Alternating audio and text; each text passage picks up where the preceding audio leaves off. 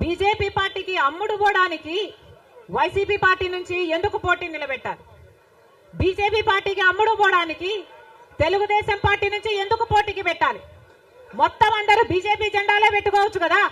కనీసం ప్రజలకు క్లారిటీ ఉంటది కదా, బీజేపీ పార్టీకి ఓటేస్తున్నాము, బీజేపీ పార్టీని గెలిపిస్తున్నాము అని.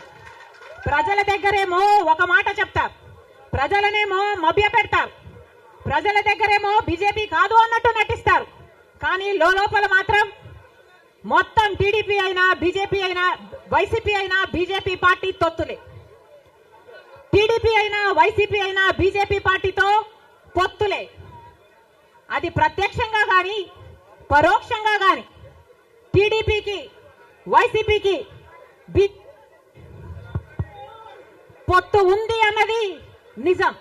లేకపోతే 5 సంవత్సరాలలో కనీసం ఒక్కసారైనా బీజేపీ పార్టీని వ్యతిరేకించాయా? టీడీపీ పార్టీ అయినా వైసీపీ పార్టీ అయినా ఒక్క అంశంలో కూడా నిలదీయలేరు. ఎక్కడ ఏ అవసరం ఉన్నా టీడీపీ పార్టీ అయినా బీజేపీకి సపోర్ట్ చేస్తుంది, వైసీపీ పార్టీ అయినా బీజేపీకే సపోర్ట్ చేస్తుంది. మన రాష్ట్రానికి ఏం చేసింది బీజేపీ పార్టీ అని మీరు సపోర్ట్ చేస్తున్నారో టీడీపీ వైసీపీ సమాధానం చెప్పాలి. మనుషులు చచ్చిపోతున్నా మీరు పట్టించుకోకుండా బీజేపీకి మద్దతు ఇస్తున్నారంటే మీరు మనుషులు అవునా కాదా? టీడీపీ పార్టీ, జగన్ రెడ్డి గారు, చంద్రబాబు గారు సమాధానం చెప్పాలి, ప్రజలకు సమాధానం చెప్పాలి. మళ్ళీ చెప్తున్నాం, ఆంధ్ర రాష్ట్రంలో ప్రజలు అందరినీ హెచ్చరిస్తున్నాం. బీజేపీ పార్టీకి, టీడీపీ పార్టీకి, వైసీపీ పార్టీకి పొత్తులు ఉన్నాయి. అవి మన కంటికి కనిపించినా కనిపించకపోయినా పొత్తులు ఉన్నాయి.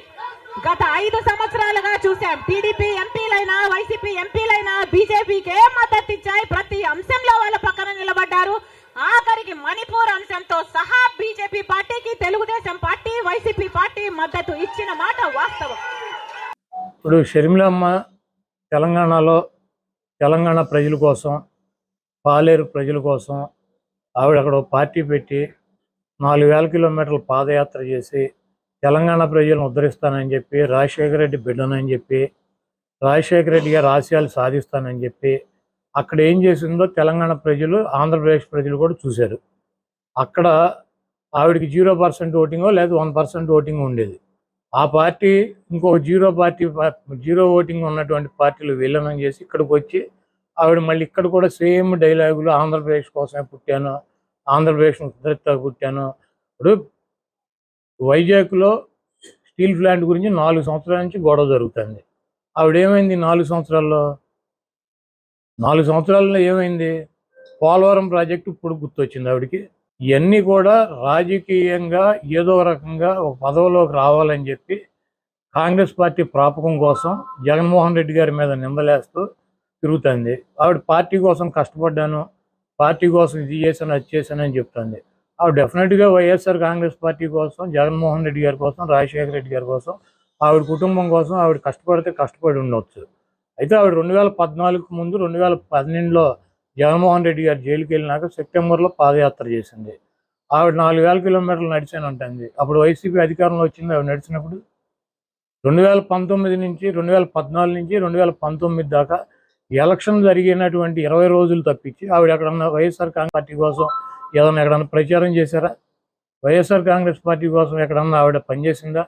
2014లో వైఎస్ఆర్ కాంగ్రెస్ పార్టీ ఓడిపోయి 23 సీట్లు, 23 మంది ఎమ్మెల్యేలను చంద్రబాబు తీసుకుని వెళ్ళిపోతే జగన్మోహన్ రెడ్డి గారు ఇడుపులపై నుంచి ఇచ్చేపురం వరకు పాదయాత్ర చేశాడు.